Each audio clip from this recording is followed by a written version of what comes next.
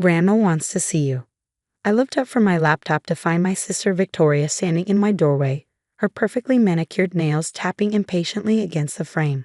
Something about her expression made my stomach tighten, a hint of smugness that seemed out of place given our grandmother's condition. "I just saw her this morning," I said, checking the time. It was barely past noon. Dr. Mitchell said she needed rest. Victoria's lips curved into what might have been a smile, but there was nothing warm about it. "Well, she's asking for you now, unless you're too busy with your little writing projects to spend time with our dying grandmother." The jab was typical Victoria, always finding ways to diminish my work as a novelist while flaunting her own success in real estate. I closed my laptop and stood, refusing to take the bait. "I'll go now. My name is Olivia Bennett, and for the past 3 months I've been living in my grandmother Eleanor's mansion, helping care for her as pancreatic cancer slowly took her from us." Victoria visited occasionally, usually when the lawyers were around, but I was the one who sat with Grandma through sleepless nights, who held her hand during chemo, who read to her when her eyes were too tired to focus on the pages herself. The mansion's long hallways echoed with memories as I made my way to Grandma's room. Every antique, every painting, every creaking floorboard had a story. I'd grown up exploring these corridors, discovering hidden nooks and treating a whole place like my personal wonderland. Victoria had always preferred the country club, spending time with the right people, building connections she could use later. Outside Grandma's door, I paused. Voices drifted through the heavy oak, Victoria's lawyer, Mr. Whitman, and someone from the bank. My heart sank. This wasn't a social call. I knocked softly and entered to find Grandma propped up in her massive 4-poster bed, looking frailer than she had that morning. Victoria stood by the window, that same smug smile playing at her lips. 2 men in expensive suits sat in the antique chairs by the bed. "Olivia, darling," Grandma said, her voice weaker than I remembered. "Come sit with me." I moved to her side, taking her thin hand in mine. Her skin felt like paper, so delicate I was afraid it might tear. "Should I come back later?" I asked, eyeing the lawyers. No, Mr. Whitman said smoothly. "We've finished our business. Your grandmother just needs to sign a few papers." Victoria stepped forward, holding out an elegant fountain pen. Grandpa's old one, I realized with a start. "It's all ready, Grandma, just like we discussed." Something felt wrong. Grandma's hand trembled as she took the pen, and her signature was barely legible as she scratched it across the documents. Mr. Whitman gathered them quickly, tucking them into his briefcase with an efficiency that seemed almost rehearsed. "What was that about?" I asked after they'd left, trying to keep my voice casual. "Just some updates to my will, dear," Grandma said, her eyes already drooping. Victoria's been so helpful, explaining all the legal terminology. She drifted off to sleep before finishing the sentence. I tucked the blankets around her, my mind racing. Victoria had never shown much interest in legal matters before, unless there was something in it for her. "She's just trying to make things easier," Victoria said from the doorway, as if reading my thoughts. "Unlike some people, I actually understand business matters." I turned to face her. "What did you do, Victoria?" She examined her perfect manicure, unbothered by my tone. "I helped Grandma make some sensible decisions about her estate. Someone had to, while you were busy playing nurse and working on your little stories." "They're not stories," I said, fighting to keep my voice down. "I'm a published author. My last book was nominated for—" Yes, some literary award nobody's heard of." She waved her hand dismissively. "Meanwhile, I've tripled my real estate portfolio this year alone. I know how to manage wealth, Olivia. How to make it grow. Grandma understands that." Before I could respond, Grandma stirred in her sleep, making a small sound of distress. I hurried back to her side, adjusting her pillows and checking her pain medication levels. By the time I looked up again, Victoria was gone. That night, unable to sleep, I wandered the mansion's dark halls. The place felt different after sunset, more mysterious, as if the antiques and artwork were trying to tell me something. I found myself in Grandma's library, a vast room lined with leather-bound books and family photographs. A picture on her desk caught my eye, me at my college graduation, standing between Grandma and Grandpa. His proud smile, Grandma's elegant pose, my own face beat me with possibility. Grandpa had passed away 2 years later, leaving Grandma to manage their considerable fortune alone. She'd done more than manage it. Eleanor Bennett was a force of nature, turning my grandfather's successful manufacturing business into a diverse empire of investments and real estate. Victoria liked to brag about her business acumen, but she learned everything she knew from Grandma. Movement in the hallway made me freeze. Victoria's voice drifted through the door, speaking in hushed tones on her phone. "It's done. No, she has no idea. The old woman signed everything today. Trust me, by this time next month, it'll all be mine." My blood ran cold. The smugness, the lawyers, the mysterious documents, it all made sense now. Victoria had somehow convinced Grandma to change her will, probably taking advantage of the confusion caused by her medication. I wanted to confront her immediately, to wake Grandma and demand answers, but I knew that in her weakened state, any confrontation could be dangerous for her. I needed to be smart about this to figure out exactly what Victoria had done before making my move. The next morning, I called the one person who might be able to help. Mark Sullivan, my best friend since college and now a junior partner at a law firm across town. "A new will?" he said when I explained my suspicions. "That's tricky, Liv. She was competent when she signed it." "She's on heavy pain medication," I argued. "Victoria must have caught her during a lucid moment, but you know how the drugs affect her judgment." Mark sighed. "Look, I can make some discreet inquiries, but unless we can prove undue influence or lack of capacity, there might not be much we can do." I spent the next few weeks gathering evidence while continuing to care for Grandma. Her decline accelerated, and soon she was sleeping most of the day. Victoria visited more frequently now, always with documents for Grandma to sign, always when she was most heavily medicated. I documented everything: dates, times, medications, who was present. I took photos of the pill bottles, noted Grandma's mental state, recorded conversations when I could, but it felt like trying to hold back the tide with a paper cup. One afternoon, I was helping Grandma sort through some old photographs when she suddenly gripped my hand with surprising strength. "The blue room," she whispered, her eyes intense. "Behind the painting of the lighthouse. Remember?"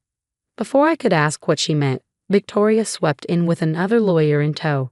"Grandma, Mr. Patterson is here about those property transfers we discussed." I was ushered out of the room, Grandma's cryptic message echoing in my mind. The blue room had been her private study, a place where even Victoria and I weren't allowed to play as children. And the lighthouse painting, I remembered it hanging above an antique writing desk, one of Grandma's favorite pieces. That night, after everyone else had gone to bed, I slipped into the blue room. Moonlight filtered through the tall windows, casting strange shadows on the walls. The lighthouse painting hung exactly where I remembered, its pale beam seeming to wink at me in the darkness. I reached for the frame, my heart pounding. It swung away from the wall easily, revealing a small wall safe behind it. But without the combination, it was useless. I tried a few meaningful dates: Grandma's birthday, the day she married Grandpa, the year the company was founded. Nothing worked. A noise in the hallway sent me scrambling back to my room, the safe's contents remaining a mystery. The next day, Grandma took a turn for the worse. The hospice nurse increased her medication, and she drifted in and out of consciousness. Victoria practically moved into the mansion, bringing an endless parade of lawyers and bankers through Grandma's room. I kept trying to get a moment alone with Grandma to ask about the safe, but Victoria was always there, hovering, controlling access like a jealous guard dog. 2 weeks later, Grandma Eleanor Bennett passed away quietly in her sleep. I was holding her hand when it happened, reading to her from her favorite Jane Austen novel. Victoria was at a business lunch. The funeral was exactly the kind of elaborate affair Victoria loved. Hundreds of guests, expensive flowers, catered reception at the country club. I sat in the front row, numb with grief, while Victoria worked the crowd like a politician at a fundraiser. "Such a tragedy," I overheard her telling someone. "But at least everything's been properly arranged. The estate will be in capable hands." The will reading was scheduled for the following Monday. As I drove to the lawyer's office, I couldn't shake the feeling that I was walking into a trap.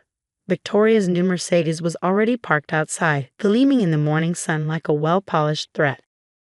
Mr. Whitman's office was all dark wood and leather, the kind of place that reeked of old money and quiet power. Victoria sat in one of the visitor chairs, wearing a black dress that probably cost more than I made in 3 months as a writer. "Shall we begin?" Mr. Whitman asked, adjusting his wire-rimmed glasses. What happened next felt like watching a car crash in slow motion. The new will, signed just weeks before Grandma's death, left everything: the mansion, the business interests, the investments, everything to Victoria. My inheritance had been reduced to a small trust fund that would pay out a modest monthly stipend. "Are you sure this is right?" I asked, my voice sounding distant to my own ears. Grandma always said she wanted to split things equally. "The previous will was revoked," Mr. Whitman said smoothly. "Your grandmother was very clear about her final wishes." Victoria stood, gathering her designer purse. "Well, I should get started. There's so much to manage." She paused by my chair, her smile sharp as a razor. "Don't worry, little sister. I'll let you keep your room in the mansion. For now, though you might want to start looking for a small apartment, something more appropriate to your means." I sat there long after they'd left, staring at the copy of the will in my hands. Everything we'd grown up believing, all of Grandma's promises about preserving the family legacy for both of us, gone with a few strokes of a pen. But as I drove back to the mansion, no longer my home, I realized with a fresh wave of pain. I remembered Grandma's last cryptic message. The blue room. The lighthouse painting. She'd been trying to tell me something. That night, I waited until Victoria retired to the master suite. She'd already moved into Grandma's room before making my way to the blue room. The lighthouse painting watched as I once again tried to crack the safe's combination. Just as I was about to give up, a memory surfaced. Grandma teaching me to play chess when I was 7, telling me that sometimes the best move isn't the most obvious one. On a hunch, I tried the chess notation for her favorite opening move, e4. The safe clicked open. Inside was a single envelope, my name written in Grandma's elegant handwriting. My hands shook as I opened it, and what I found inside would change everything. But I didn't know that yet. All I knew was that the game wasn't over, it was just beginning. My hands trembled as I unfolded the contents of Grandma's envelope. Inside I found a letter, a small brass key, and what looked like a bank statement from the Cayman Islands. "My dearest Olivia," the letter began in Grandma's familiar elegant script. "If you're reading this, then 2 things have happened. I'm no longer with you, and Victoria has shown her true colors. I've watched her manipulate and scheme her way through life, always taking the easy path, never understanding the true value of what we built. But you, my darling girl, you have your grandfather's heart and my mind, a dangerous combination." I sank into Grandma's old leather chair, my heart pounding as I continued reading. "The key enclosed opens a safety deposit box at First National Bank, box number 2247. What you find inside will help you restore balance to our family legacy. Victoria believes she knows everything about our family's wealth. But your grandfather and I were smarter than that. We never kept all our eggs in one basket." The bank statement showed a balance that made my eyes widen. Over $50 million in an offshore account completely separate from the family's known assets. "But be careful, my dear," the letter continued. "Victoria is more dangerous than you know. The night your grandfather died wasn't the peaceful passing everyone believes it to be. I've spent years gathering evidence, protecting you both while trying to understand the truth. Now that burden passes to you." I nearly dropped the letter. Was Grandma suggesting that Victoria had something to do with Grandpa's death? The implications were staggering. A noise in the hallway made me quickly return everything to the safe except the key, which I slipped into my pocket. Just in time, Victoria appeared in the doorway, wearing silk pajamas that probably cost more than my car. "What are you doing in here?" she demanded, eyes narrowing. "Just remembering," I said, forcing my voice to stay steady. This was always Grandma's favorite room. "Well, it's my house now," she said, walking in and running her hand possessively along the antique desk. "And I'm thinking of renovating. All these old things, they're so dated." I watched her examine the lighthouse painting, my heart racing. Did she know about the safe behind it? But she just wrinkled her nose and moved on.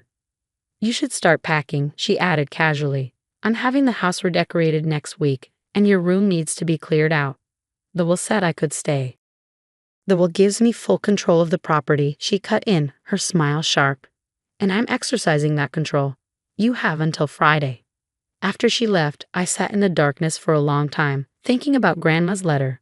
If what she suggested was true, my sister wasn't just greedy. She was dangerous. The next morning, I called Mark. "I need your help," I said when he picked up. "What do you know about Cayman Islands banking laws?" Enough to know I should pretend you didn't ask me that, he replied.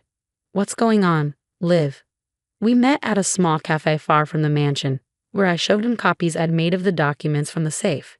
His eyes widened as he read. This is significant, he said finally. If these accounts exist, they were never included in the estate inventory. And these allegations about your grandfather's death.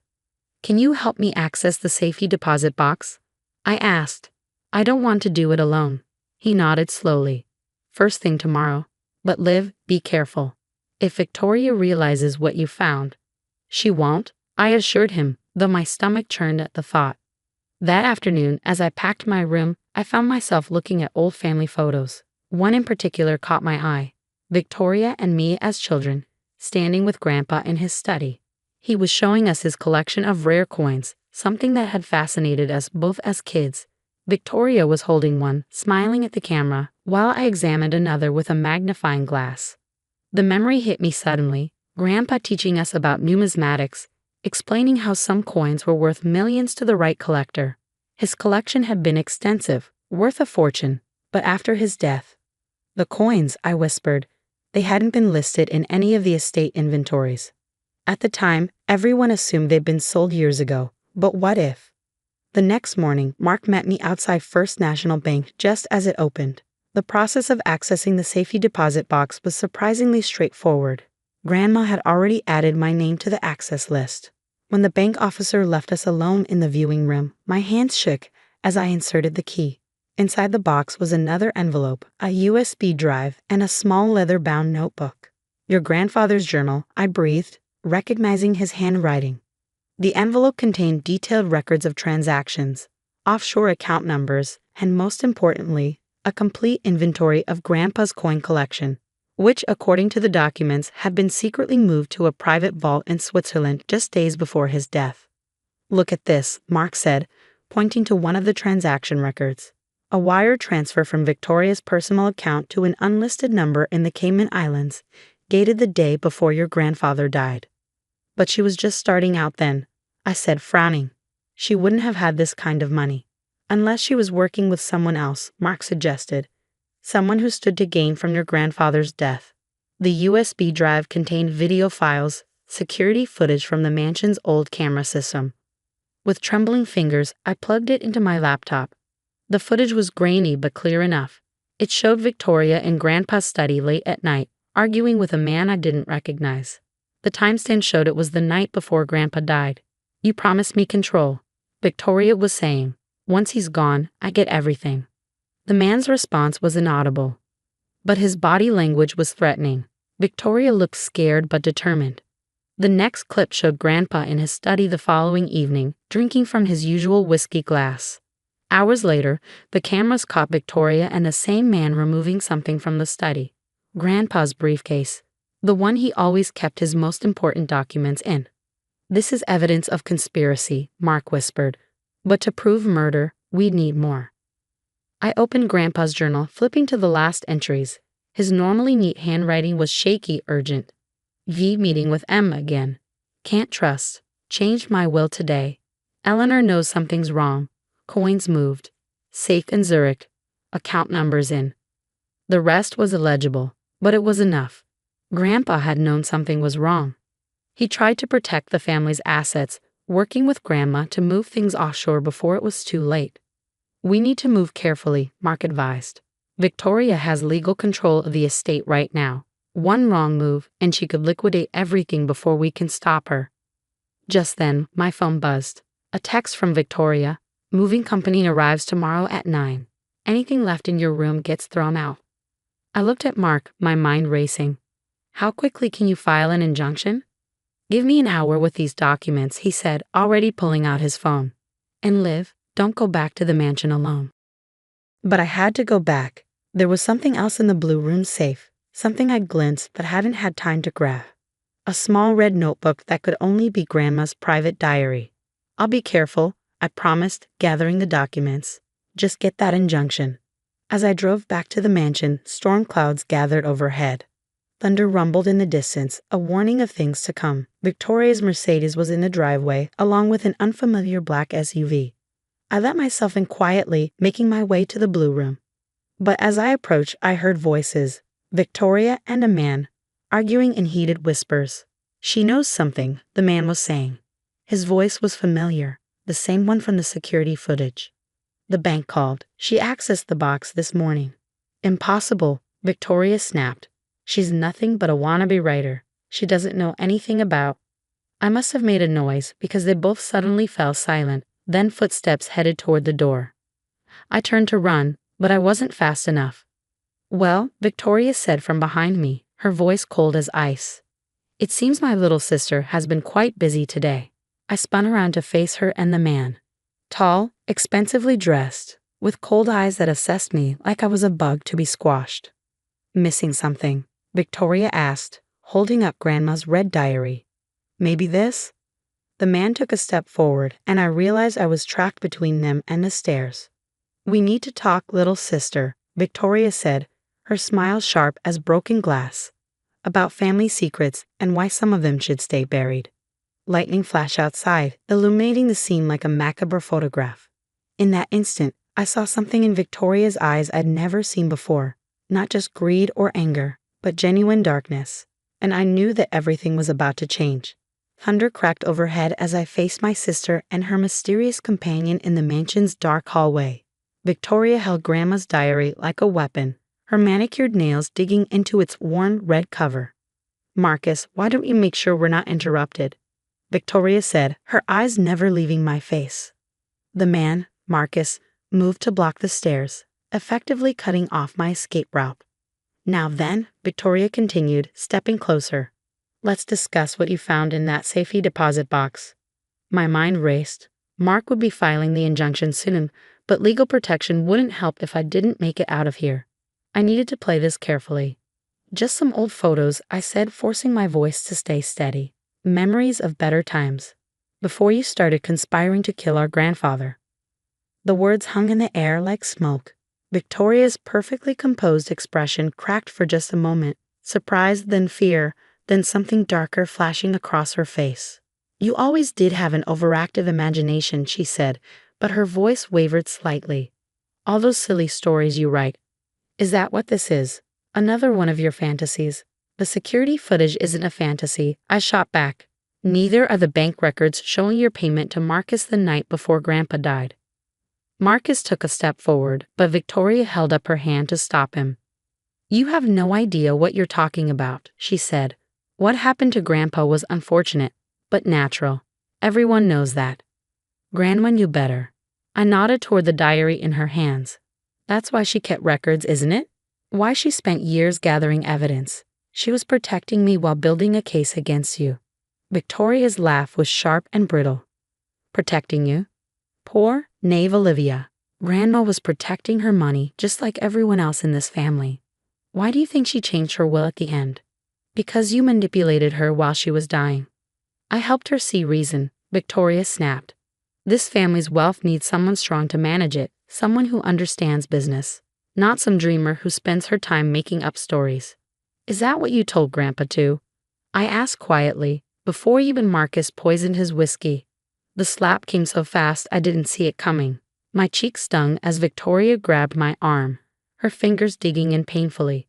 You need to be very careful about what accusations you make, she hissed. Just then, both our phones buzzed simultaneously. Victoria kept her grip on my arm as she checked her screen. I watched her face pale as she read what I knew must be a notice of the injunction Mark had filed.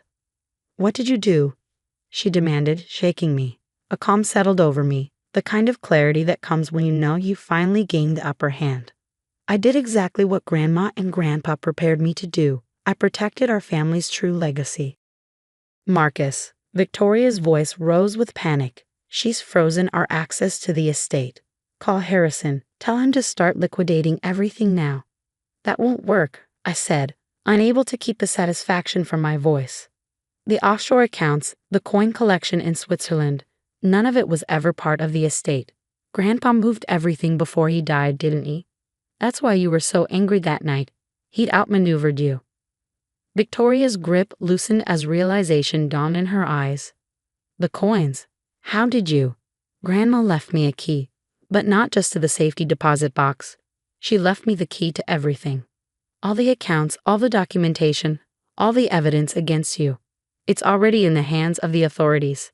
The sound of cars pulling up outside made Victoria's head snap around. Red and blue lights flashed through the windows, illuminating the hallway in an eerie strobe. "Police," a voice called from downstairs.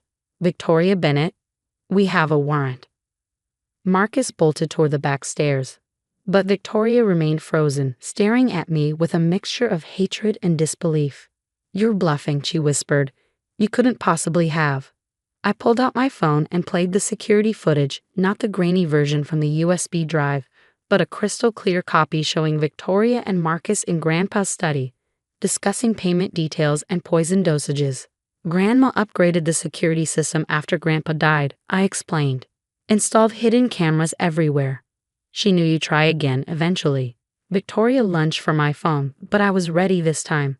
I stepped back, letting her momentum carry her past me. She stumbled, Grandma's diary flying from her hands.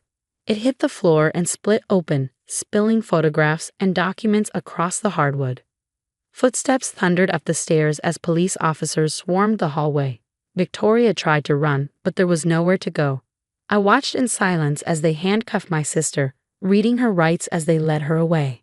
One of the detectives stayed behind to take my statement. As I described discovering Grandma's letter and the evidence she'd gathered, I couldn't help but look through the scattered contents of her diary. Among the papers was a photograph I'd never seen before. Grandma and Grandpa on their wedding day, young and radiant with possibility. "Your grandmother was a remarkable woman," the detective said, following my gaze. "She contacted us months ago, sharing her suspicions, but she needed time to gather concrete evidence. That's why she played along with Victoria's manipulation," I realized. She was protecting me while building an airtight case. Hours later, after the police had finished processing the scene, I sat alone in the blue room. The lighthouse painting still hung on the wall, now hiding an empty safe, but its secrets had served their purpose. My phone buzzed, a message from Mark. "Just heard from the Swiss bank. The coin collection is intact. Estimated value, $75 million. Call me when you can." I leaned back in Grandma's chair, emotion washing over me in waves. Victoria and Marcus were in custody, along with several co-conspirators including Mr. Whitman, who had helped orchestrate the fake will changes. The family's true assets were secure, and more importantly, Grandpa would finally have justice. A soft knock at the door made me look up. Anna, our housekeeper of 20 years, stood there with tears in her eyes. "Miss Olivia," she said, I should have told you sooner. The night your grandfather died, I saw." I stood and took her hands in mine. "It's okay, Anna. We know everything now." She nodded, squeezing my hands. "Your grandmother was so proud of you. She knew you'd be the one to make things right." As if to emphasize her words, I noticed something carved into the arm of Grandma's chair, tiny letters worn smooth by years of use. "Truth prevails."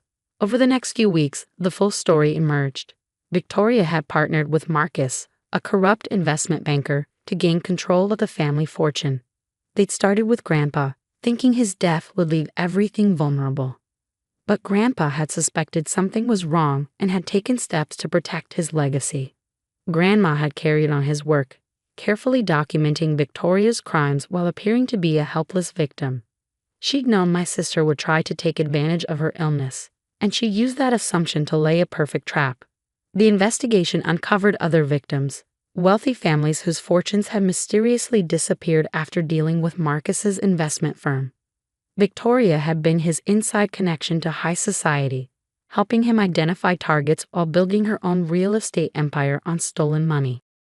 I donated most of Grandpa's coin collection to museums, keeping just a few special pieces he'd shown me as a child. The offshore accounts were restructured into a charitable foundation, funding arts education and literacy programs, causes that would have made Grandma smile. The mansion felt different now, lighter somehow.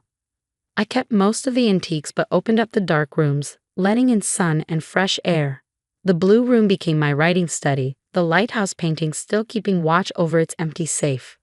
One evening, about 6 months after Victoria's arrest, I found myself looking through old family albums. There was a picture of all of us, Grandma, Grandpa, Victoria, and me, taken at my high school graduation. Everyone was smiling, looking like the perfect family. Appearances can be deceiving, Grandma had always said. But the truth has a way of coming out. She'd left me more than just money and evidence. She'd left me a lesson about patience, about justice, about the power of playing the long game. Victoria had always thought strength meant taking what you wanted. She never understood that true strength lies in protecting what matters. The next morning, I visited Victoria in prison. She looked smaller somehow, her designer clothes replaced by a drab uniform, her perfect makeup gone. "Why are you here?" she asked, her voice hoarse. I placed Grandma's diary on a table between us. "Because you should know who she really was, who they both were." Victoria stared at the diary, her hands twitching as if she wanted to grab it. "They never trusted me," she said bitterly, "always favored you." "They trusted both of us," I corrected. "You're the one who betrayed that trust." I left her there with the diary, knowing she'd finally understand the full scope of her failure. Not just the loss of money or freedom, but the loss of something far more valuable, the legacy of two people who had built something worth protecting. Back at the mansion, I walked through rooms filled with memories, the antiques that had witnessed our family's rise and fall, the photographs that told stories both true and false, the quiet corners where a little girl once played while her grandmother watched, planning, preparing, protecting. In the blue room, I sat at my desk and began to write. Not a novel this time, but a different kind of story. The true story of Eleanor Bennett, who had outmaneuvered her enemies from beyond the grave. Of William Bennett, who had sacrificed everything to protect his legacy. Of a sister consumed by greed, and another sister who found strength in truth. Outside, the sun set behind the lighthouse painting, its beam seeming to wink at me one last time. I touched Mong's sapphire pendant, a piece of the inheritance that really mattered, and smiled. Sometimes the best revenge isn't revenge at all. Sometimes it's simply letting the truth come to light, one carefully planned revelation at a time. I am Olivia Bennett, guardian of my family's true legacy. Not the money or the mansion or the rare coins, but the wisdom to know that wealth isn't measured in dollars. It's measured in the choices we make, the truths we protect, and the stories we leave behind. And my story was just beginning.